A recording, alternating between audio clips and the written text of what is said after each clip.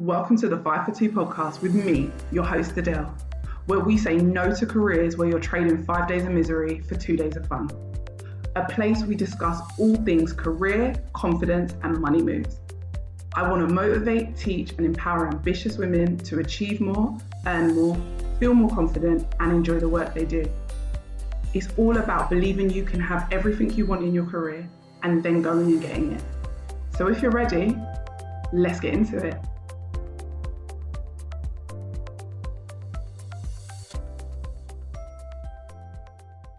Hey guys, welcome to another episode. This is part 2 of Toxic Jobs. And when I was thinking about this episode, when I was thinking about this series, this specific person came to mind. My guest today came to mind. I didn't think of anyone else. I wrote her name down. I asked her. She said yes, which was awesome.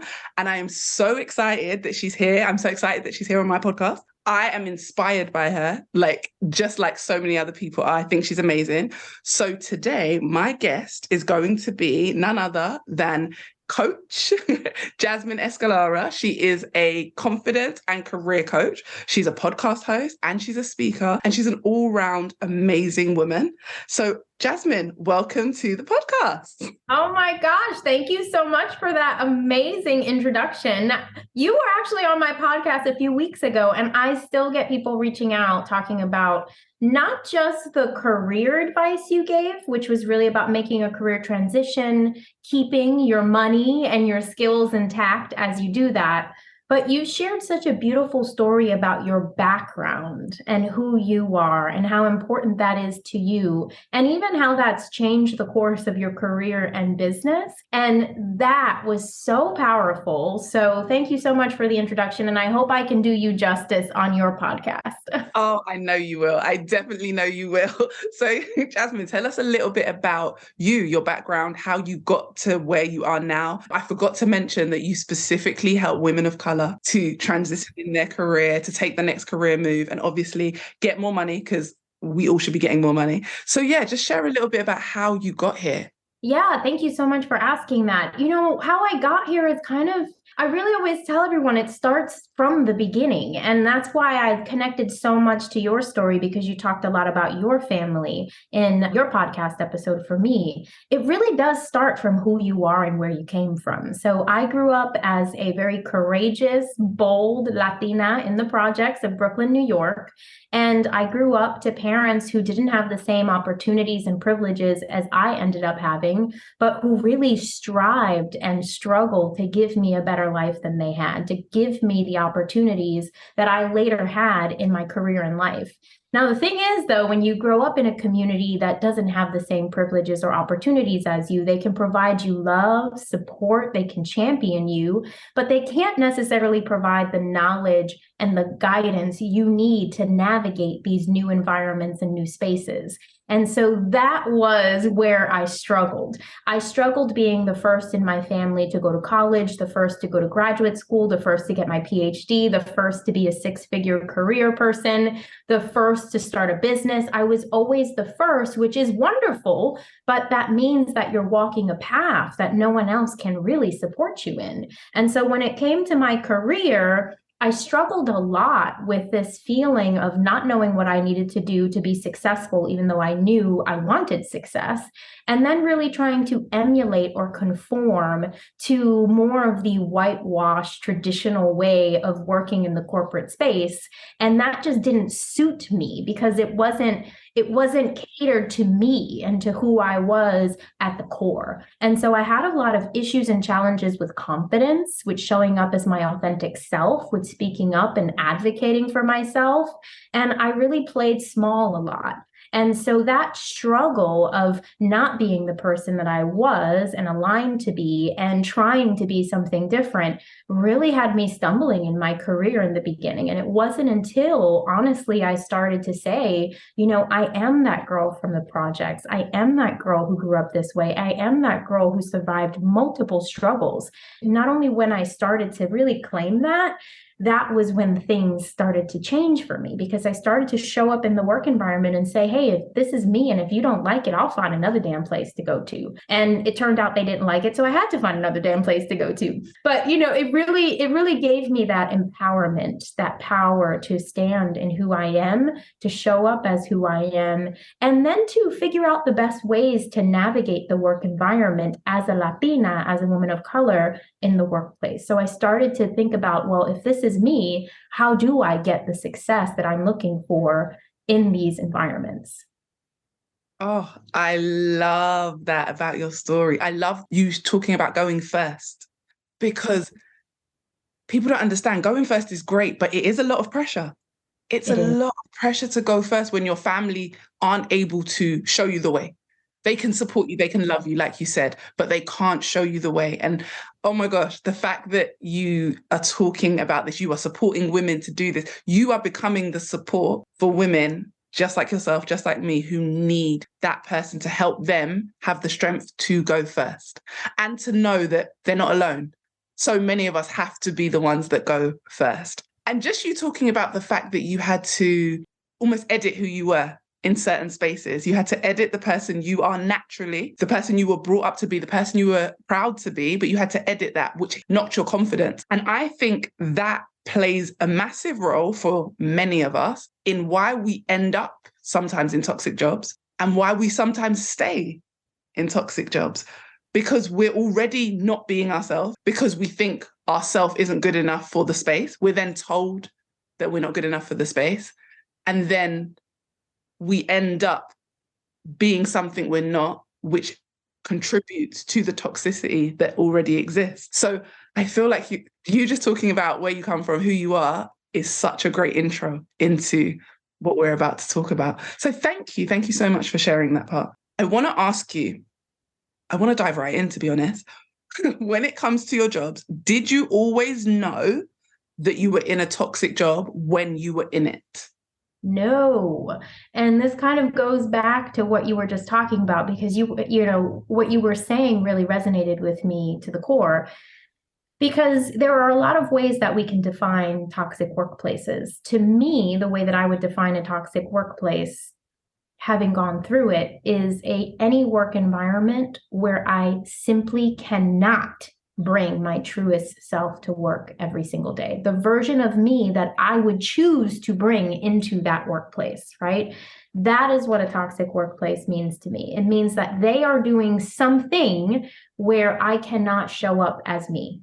And if I can't show up as me, one of the things that I want everyone to understand is, if I can't do it and you can't do it, you essentially are out of alignment with yourself. When you are out of alignment with yourself, what that does to you is it's going to make you question yourself. It's going to make you question your confidence. It's going to make you doubt yourself more. We always have to be in situations, around people, in environments that cultivate the best version of us and allow us to be the person we want to be, or else it is just simply not going to work.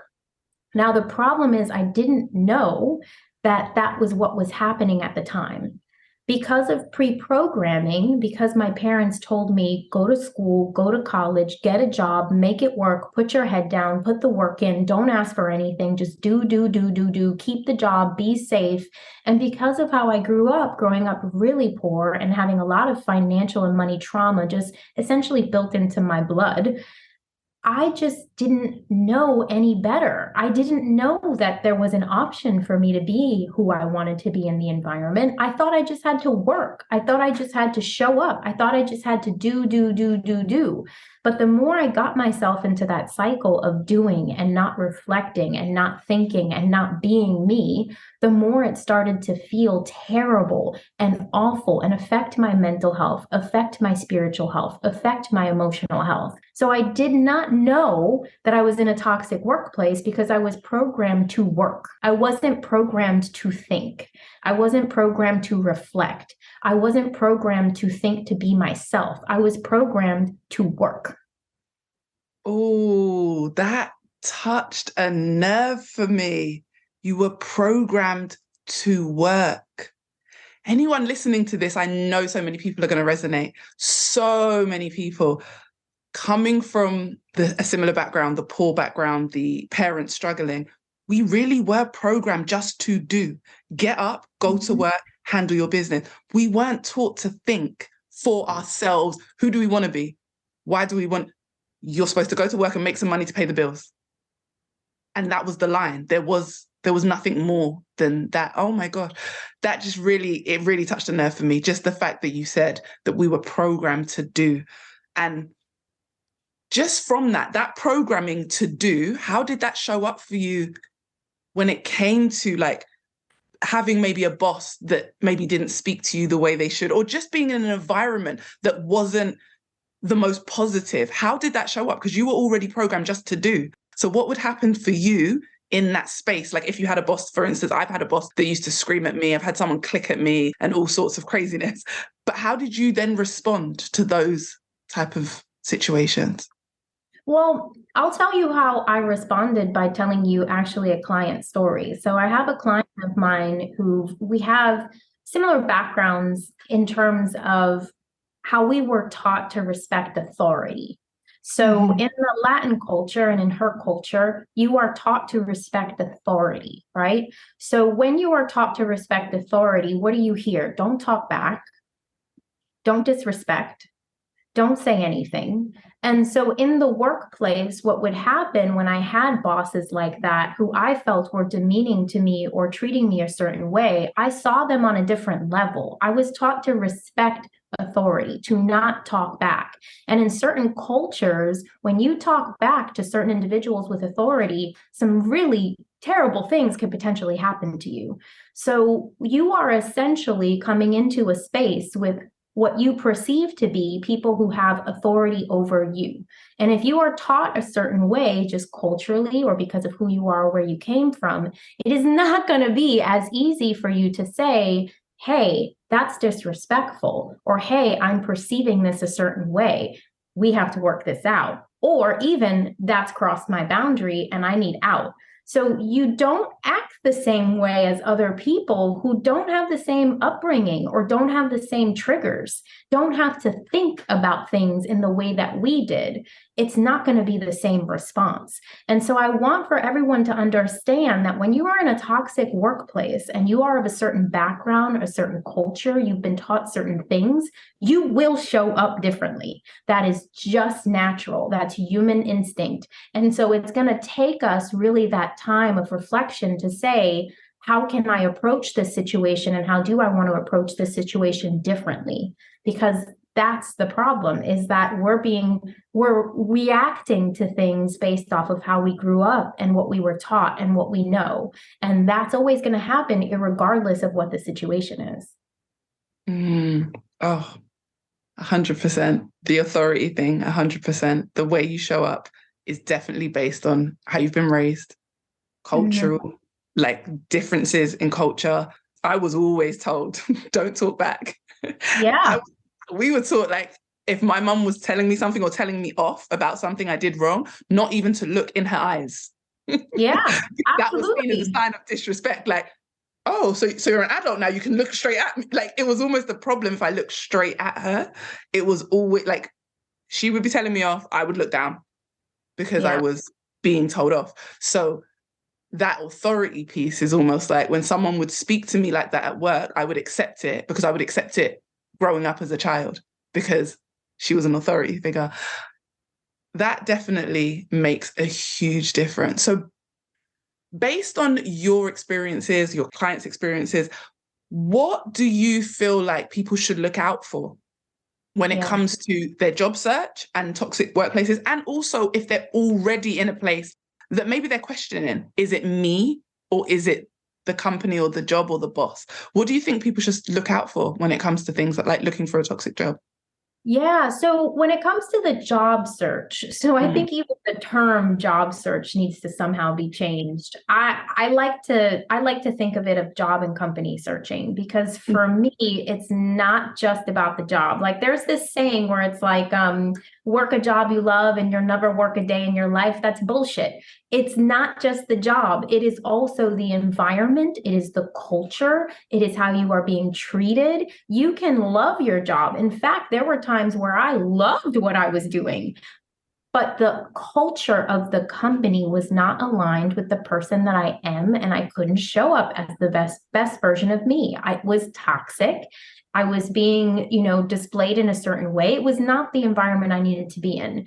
So I want for anyone who's in a job search, quote unquote, a job search, to really take a step back and not just think about what is the position that I need next. How can I align the role with who I am, but also what kind of company do you need to be in as a person of color or a person from a marginalized community to be successful, to thrive? What kind of environment do you need for you? What kind of leadership do you need? What are the things you want represented in your company that would show you that it's possible for you to be successful? What do you need from your manager? What do you need from your team? What does support look like to you? What kind of growth are you looking to achieve, and how do you need support to get there? We've got to be more conscientious of our environments. And so that's what I would say with the job search is really get very specific and clear with yourself to the environment that you need to be in to be successful and to achieve the level of success as you define it, right? Because you get to define success how you want to define it.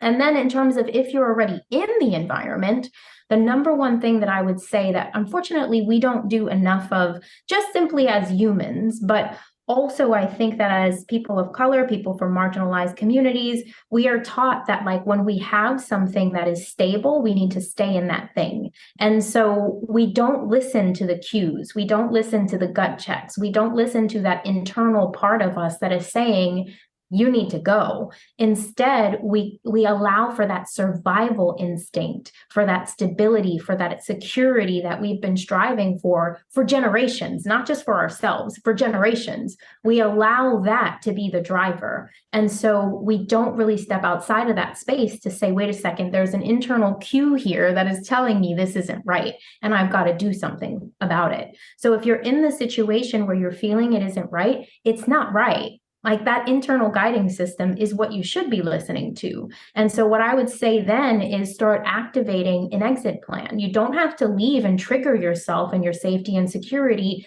if you don't need to. Sometimes we have to get ourselves out of these environments because they are just simply so bad. But if it's something that you can turn off to, start an exit plan, and your exit plan needs to include a community. It needs to include networking because you will be validated to know that it's not just you, and you will get some support and guidance as to what are the steps you can take and even opportunities you can gravitate towards. Oh, thank you so much for saying that. A couple of things that you said that I really love, and I want to make sure that everyone listening, the audience, really connects. Your gut check. Mm-hmm. You know when something is wrong, but we will fight ourselves and argue with ourselves and say, well, maybe it's me. No, you know when something is wrong. Even if you're not sure exactly what it is, you know something's wrong. Check in with your gut. Every now and again, check in with your gut and make sure you're paying attention. Am I in the right space? Am I in the right places?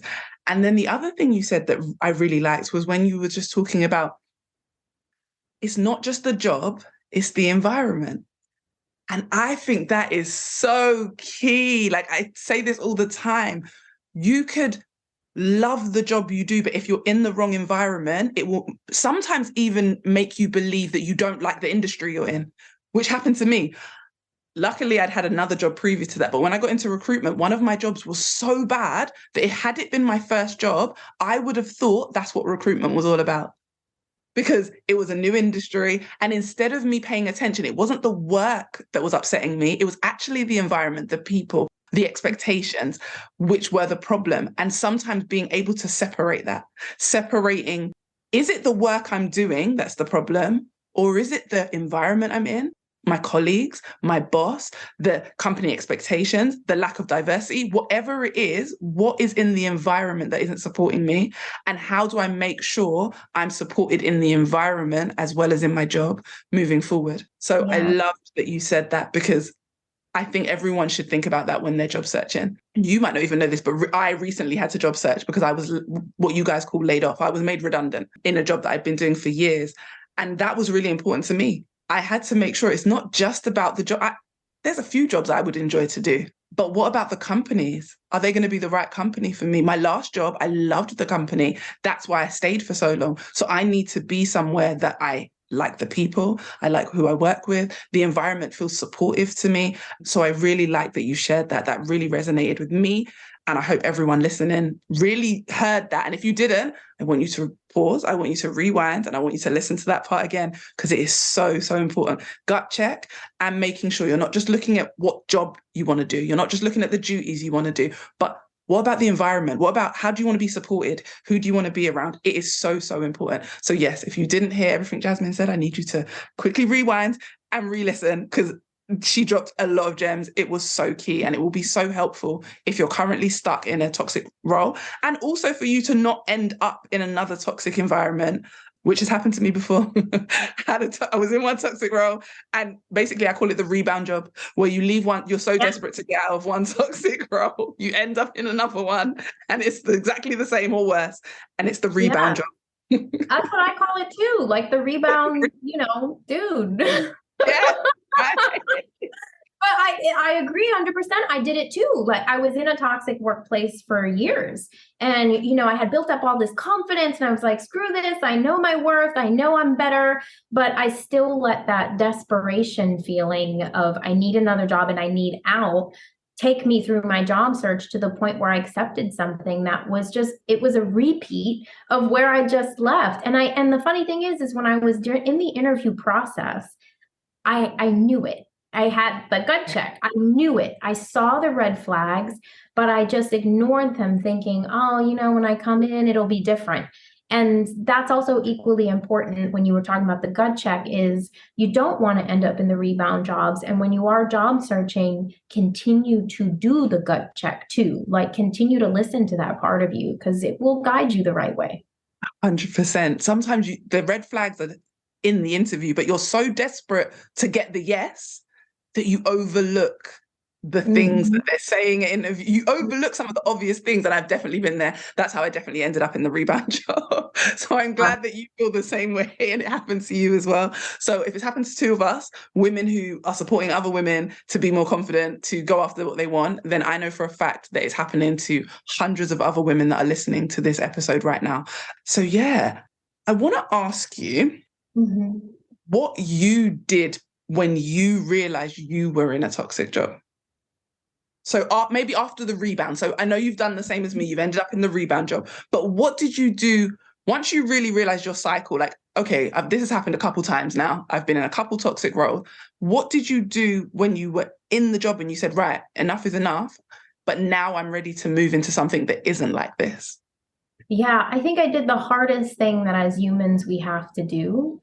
And we have to do it with a lot of grace and a lot of compassion to self. I had to look at myself because when you repeat the patterns, it's not the external environment that's the problem. They are. Yes, they are the problem, but it's also you. Like there is a reason why you keep doing this. And so I had to take a pause. I had to stop, and I had to really do a lot of deep reflective work as to what was going on with me that I continue to repeat these same patterns. And so I was in a toxic job for a little over 5 years. I quit, got into another toxic position, and I quit in about 5 months. I couldn't even last 5 months. And I had nothing else, and I didn't have my business at the time. I had nothing to lean on. I didn't have another job. I was job searching. I had some cash to get me through for a few weeks, but I was like, I can't keep doing this anymore. And I took one of the biggest risks of my life, which set me into a really bad financial state.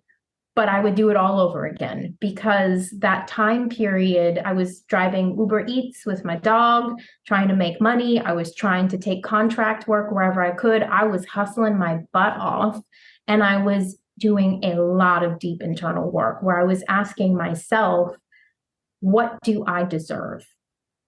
What do I really deserve in this lifetime? And how can I start to give myself permission to have that?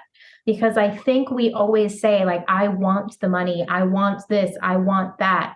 But what's holding us back is giving ourselves the permission to truly have it and to truly go for it. Because when you believe you deserve something at your core, you will stop at nothing to make that happen. And so I really had to believe I deserved the life that was going on in my head, the success that was going on in my head. I had to believe I deserved that. And I didn't. I truly didn't. And so I had to go through a lot of deep reflective work to get to that point.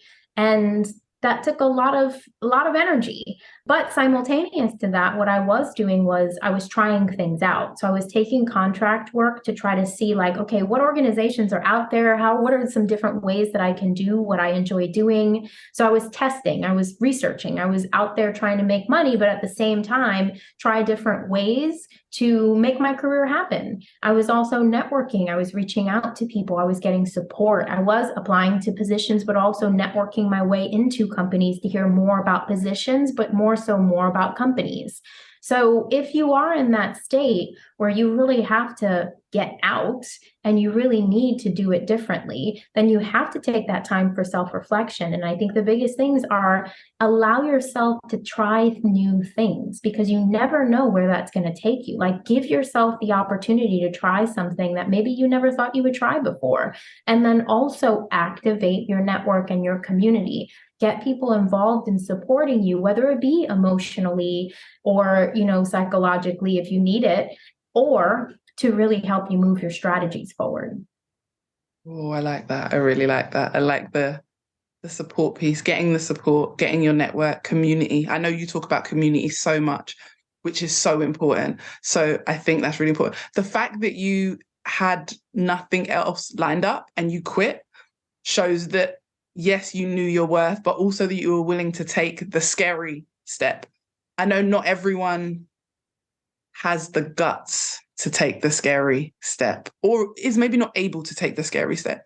Yeah. It was just me and my dog. So I was like, hey, look, if this really gets bad, we'll figure it out, but some people don't have the possibility to give themselves that, but you always have a possibility. There's always a possibility. There's always something you can do. There's always a person you can reach out to. And for a long time, I thought I was doing everything by myself. And I don't believe that anymore. I choose to believe something different. So oftentimes also we are told to be strong. We are told to just figure it out. And what I am telling everyone is you don't have to do that. Oh, 100%. You ask for help. Anyone who's listening to this right now, ask for help. You do not have to be strong. It is not expected of you. There is a solution to almost every problem. I genuinely believe that. But you have to, like Jasmine said, you have to be willing to look for it, find it, and ask for help and get support. We all know at least one person that can help us, support us. But sometimes it is that fear of like, I can't ask. I'll look weak. I was definitely raised to like do everything on my own. Growing up in a Caribbean household, you make do and you get on with what you need to get on with. Like you figure it out. So those sayings were always in my head growing up, like make do, figure it out. Instead of, okay, I've done as much as I can do. Now I need some help. Yeah, absolutely. And I think that's really important. So thank you for sharing that. Do you ever think that you can fix the situation? Because I have so many people that say to me, well, maybe I'm just going to stay a little bit longer because maybe it's going to change or maybe I can fix it or do you ever think that you can fix a toxic work environment? You individually? Yeah. No. Do you ever think it's the same thing. Like, I equate careers and relationships as being almost exactly the same thing. Me So too. I have these conversations with my girlfriends where I'm like, you can't fix him. He has to want to be fixed. And then he will do it on his own. Like that's, so when it comes to the companies and company culture and leadership, they have to want to change and take action towards that change. You cannot sit around and wait for that to happen, right? Cannot sit around and wait for something to change or hope it's going to change or wait to see it out. These are systemic. These are issues that a company has that need to be changed from the leadership, from the top down, not from where you are up. No, they start from the top down. So if you're in an environment like that and you're saying to yourself, I'm going to wait to see if it changes, okay. And while you're waiting, get your exit plan on point and start working it, because it's not going to change. You're going to notice, and you don't want to waste time. So I would just say, no, it doesn't happen from your seat. It happens from the top seat. So you can't do anything about that. Agreed. One of my favorite bosses said that to me. It starts at the top down. So Yeah. if the people at the top aren't willing to change, nothing ever will change. And I love that that was your answer. I have just two more questions for you that I wanted to ask. One is that people tend to believe that toxic work environments are a normal part of corporate life. What are your thoughts? I see, people always say like you resonate in happy, you resonate in positive. And I choose to see the world that way. And because I choose to see the world that way, it's almost kind of like if I tell you don't look for red cars, you're only going to see red cars, right? It's whatever your brain is programmed to believe. If you're programmed to believe that corporate America acts like this, then yeah, you're going to be entering into every toxic workplace imaginable. But if you tend to believe that there are organizations, which I do, that there are organizations that do care about who you are, that do want to cultivate you personally, that do want to see you grow and be successful, then that is what you will be programmed to look for. You will be programmed to look for that, and you will think about the strategies to find it. Now, do I think that there are perfect companies? No, just like there are no perfect people, there cannot be a perfect company. I'm not going to tell you that you're going to enter into a company and everything is going to be roses and sunshine. But what I will tell you is that the company will have your back. There are companies that will have your back. And that's what you need to be looking for. Yes, yes, yes, yes. It's not all unicorns and rainbows. There's not a pot of gold, but there are companies. And I lean the same as you. I used to lean more to the negative when I was younger, and I got more of the negative. And the minute I switched my thought and was like, actually, there are really good companies out there. I just haven't found them yet. Yeah. Guess what happened? I started to find them. Yeah. So it's actually what you just said, when your mind switches to the positive, like I believe that there are just as many amazing corporate roles and corporate jobs in the UK and America as there are bad ones. But I believe that if you haven't found one yet, even if you've had 10 awful roles, you just haven't found where you're supposed to be. And some of that might be what Jasmine had mentioned earlier, that you are so conditioned to just do, that you haven't taken the time out for yourself to actually program your mind to think about what do you want. So because you've been so conditioned to just getting up and doing whatever you need to, you're conditioned to respecting authority, even when authority is not the greatest. You've ended up in repeated toxic environments. So you believe that that's what the industry is, or that's what the corporate environments are like. When actually, if you just change your thinking, it really can change your results. That saying, whatever you believe is true. Absolutely. Absolutely. It all starts with the mind, and people can say whatever the hell they want to about it, but why not just try it for a minute and see what happens? Oh my gosh, thank you for saying that. I love that you said that. Why not try it? I say all the time to my friends, to my family, if you had all the answers, you'd already be where you want to be. So if you're not there, why not try something different?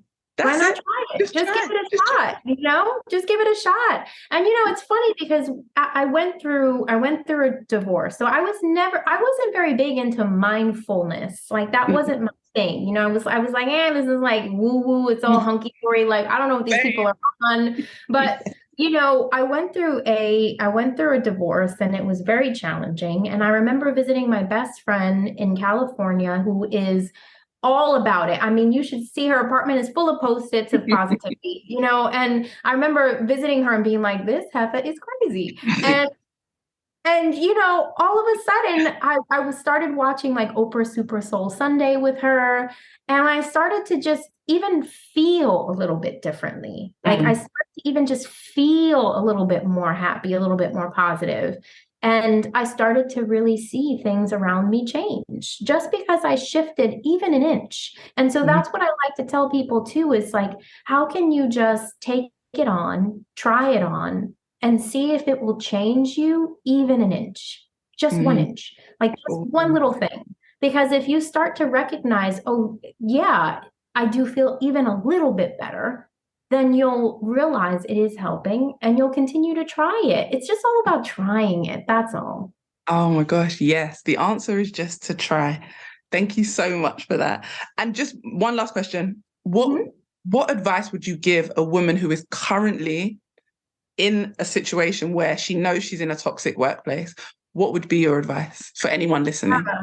You have to throw up the deuces and bounce. I mean, and it doesn't have to be right then. You know, I've done some extreme things in my life and in my career because I like to test boundaries. I've always been like that. But you don't have to quit your job today. Like, that's not what you have to do. You don't have to trigger yourself and make yourself feel unsafe or unsecure, especially around money, if that isn't how you want to roll with this. But what you do have to do is recognize the signs, recognize how it's affecting you, and you have to go and you have to start that exit strategy we were talking about. And the first thing in that exit strategy really does need to be, how can I reach out to my community, or how can I call some new people into my space that can support me around this, even starting with just validation. Because in my mind, when I was going through it, I was like, well, I must need to change. It must be me. I must be the problem. But when you have other people who've experienced it, they can validate you. And that validation can be the most powerful thing to helping you move forward. Absolutely. That validation lets you know you're not alone and it's not you. If you're in that situation now, you're not the problem. Your gut is telling you that something outside of you is the problem. Trust your gut. It's not you. Don't talk yourself into believing that it's you. So yeah, I love that. Thank you so much, Jasmine. Like, I really appreciate, like I said, you on this episode, perfect. I knew that this was going to be amazing. Thank you so much for sharing your own journey, how other women can, you know, get through these environments. The fact that you're validating everyone listening right now and letting anyone who's in a toxic job know, we've been there, you've been there, your clients have been there. And we don't have to stay there. And yes, you need to leave, but you don't have to do it straight away. Some of us will just be like, I'm out. And then some of us will be like, let me create a plan and let me move slowly. But just know you're moving towards the door. That's what I want everyone to remember. Wherever I love that. You're moving towards the door. So Jasmine, let the listeners know, where can they find you? How can they connect with you? How can people work with you? Like, let them know, how can they be in your world? Yeah, so I am on LinkedIn. You can find me there. I'm on Instagram at Jasmine Escalera Coaching. I also have my podcast, which you have been on, and you gave a great episode. It's called Her Next Career Move. And I do have also a group coaching program called the Professional Quitters, where I support women of color in quitting the companies and jobs that are not right for them and finding the environments, the spaces, the teams, the managers, and also the work that truly aligns with who they are and who they want to be to achieve career success. And that is enrolling currently and will be enrolling. So if you're interested in that, reach out. Oh, guys, you heard. All this will be in the show notes, guys, but reach out to Jasmine. If her story resonated with you, if you want to know more, connect with Jasmine, definitely listen to her podcast. It is amazing. She's an amazing woman to follow, and just like a well of knowledge, like so much information, so much knowledge. And she's really cool and she's a vibe. So whether you're in the UK, whether you're in America, I know I've got people listening in Germany, all over Europe, wherever you are, follow this woman, get into her energy, get into her vibe, learn from her. She builds community even without knowing she's building community. And I think that's such an important trait to have. So thank you so much. I loved every minute of this episode. And yeah, guys, I will be back with another episode soon. I hope this episode gave you exactly what you needed and motivated you to confidently take steps towards your next career move. If you enjoyed it, screenshot and share it on your socials, tag me on Instagram, and come join my community of amazing women working on leveling up their confidence and career. Thanks for listening, and see you next time.